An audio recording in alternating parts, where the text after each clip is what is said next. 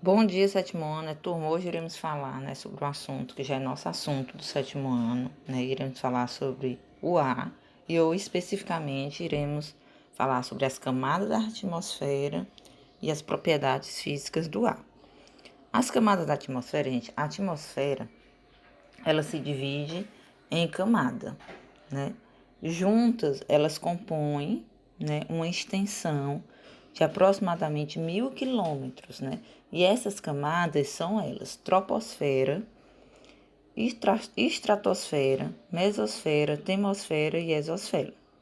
Elas não se distribuem, gente, de forma igualitária e sua distância vai variar de acordo com a densidade dos elementos químicos que compõem. Quer dizer, cada parte dessa da atmosfera vai ter os componentes que vão fazer parte de cada camada.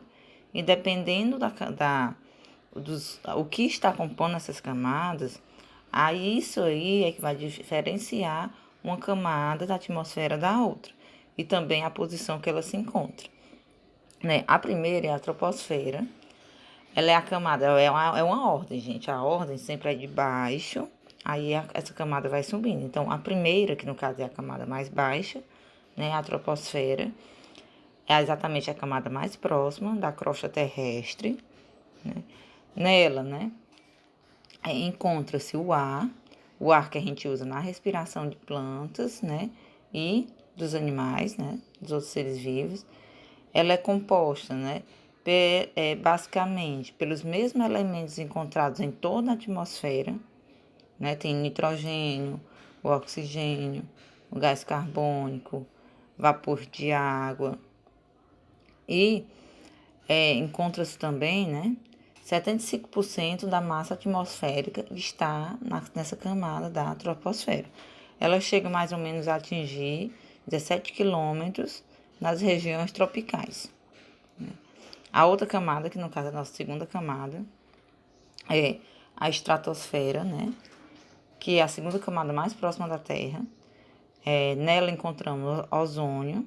Esse ozônio é responsável pela barreira de proteção, dos raios ultravioletas, é quem protege o planeta contra a intensidade, para não ter tanta intensidade de raios solares, e que a gente conhece como o quê? A famosa camada de ozônio, Ela pode atingir até 50 quilômetros de altura. Ela é caracterizada, por apresentar pouco fluxo de ar,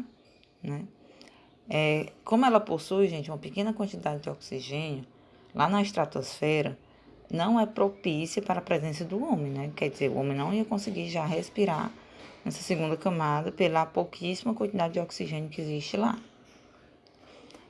Temos agora a mesosfera, que é a nossa terceira camada, com altura mais ou menos até 80 quilômetros.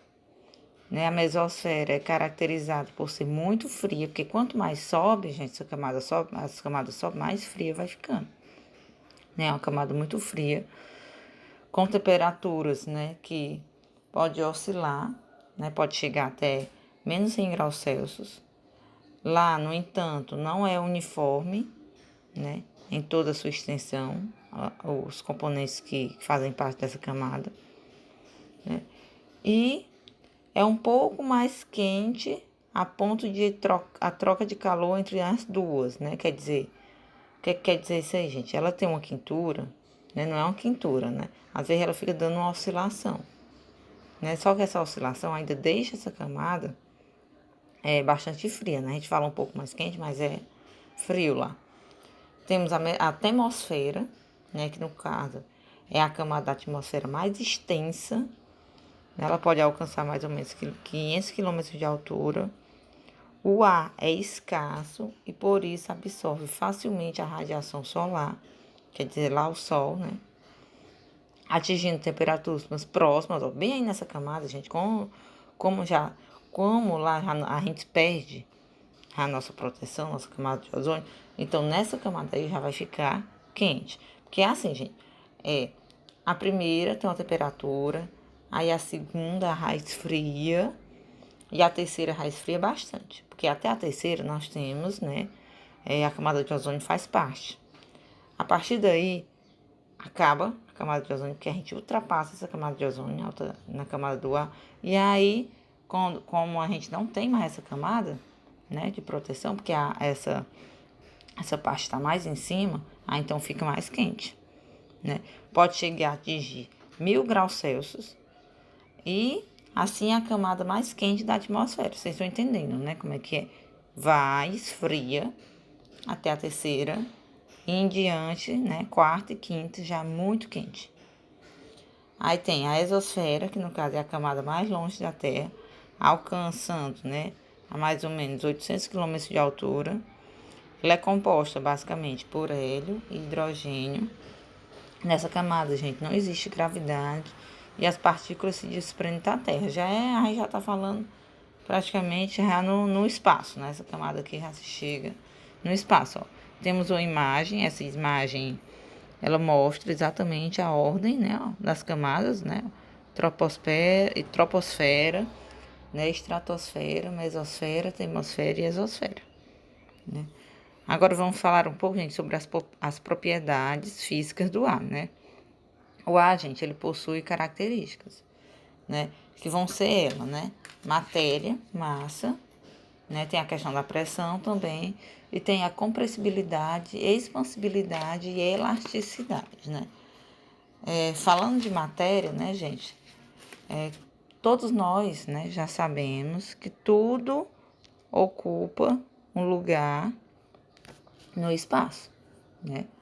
O ar, gente, ele é composto de matéria, né? Afinal, ele é formado, né, por diversos gases, e esses gases, por sua vez, são formados por quê? Por átomos. Então, o ar tem massa e ocupa lugar no espaço. Não percebemos o ar, mas existem situações que podemos perceber, né, o ar ocupando lugar no espaço. Tipo, né? Tem até um exemplo que foi colocado aí, ó.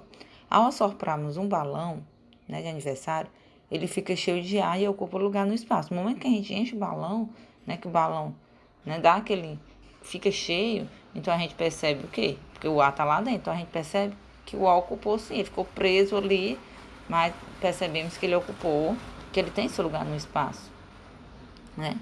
Aí tem a questão da pressão, né? O ar, gente, atmosférico, né? Ele exerce uma pressão sobre a Terra, né? A superfície da Terra. E essa pressão, né? É o que chamamos de pressão atmosférica. O que é que tem que nos entender, gente? Que quanto mais próximo da superfície da Terra, maior a pressão. Quanto mais longe da superfície da Terra, menor a pressão. Então, em cima a pressão é menor, embaixo a pressão é maior. Tentar prestar atenção nisso aí, porque tem gente que confunde essa questão. Falamos agora da compressibilidade, né, expansibilidade e elasticidade, ó. Quando um ar é comprimido, gente, vamos entender que é a questão da compressibilidade. Quando o ar é comprimido, ele diminui seu volume, que é um ar comprimido, é um ar preso, né? É um ar que eu tô como se eu estivesse apertando aquele ar. O exemplo que foi colocado aí foi até assim, ó.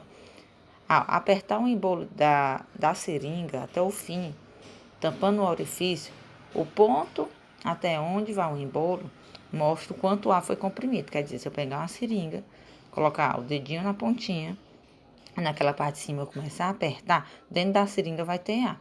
No momento que eu coloco o dedo, eu vou prender esse ar. E no momento que eu empurro, né, na parte de cima, eu vou apertando o ar dentro da seringa, né? O embolozinho ele vai descendo. Então, eu estou comprimindo aquele ar. Eu prendi o ar e estou o quê?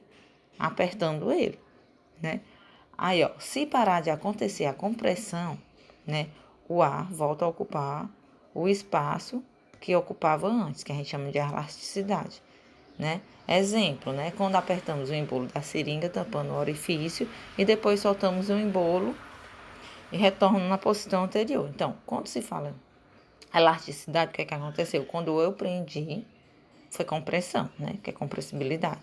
Se eu tô com meu dedinho lá em cima empurrando o embolo da seringa e eu solto de uma vez, né? Sem tirar aquele dedinho da ponta, o que é que vai acontecer? Aquele embolo ele vai voltar, né? Que é o que a gente chama de elasticidade, né? O embolo voltou, olha, meu dedo ficou na ponta, eu simplesmente só tirei o dedinho de cima, né? Isso aí que é elasticidade, né? Tá voltando, né? Aí a questão da expansibilidade, né? Ó, quando o ar se expande, aumenta seu volume, né? O que é expansibilidade? É espalhar, né? Um exemplo, né? Ó, Um vidro com perfume é aberto e o cheiro se espalha pelo ambiente, pois o aroma volátil misturado com ar ocupa um espaço maior. Então, o que é expansibilidade? É quando uma coisa está presa, que eu abro aquilo e aquilo que está preso, ele se espalha.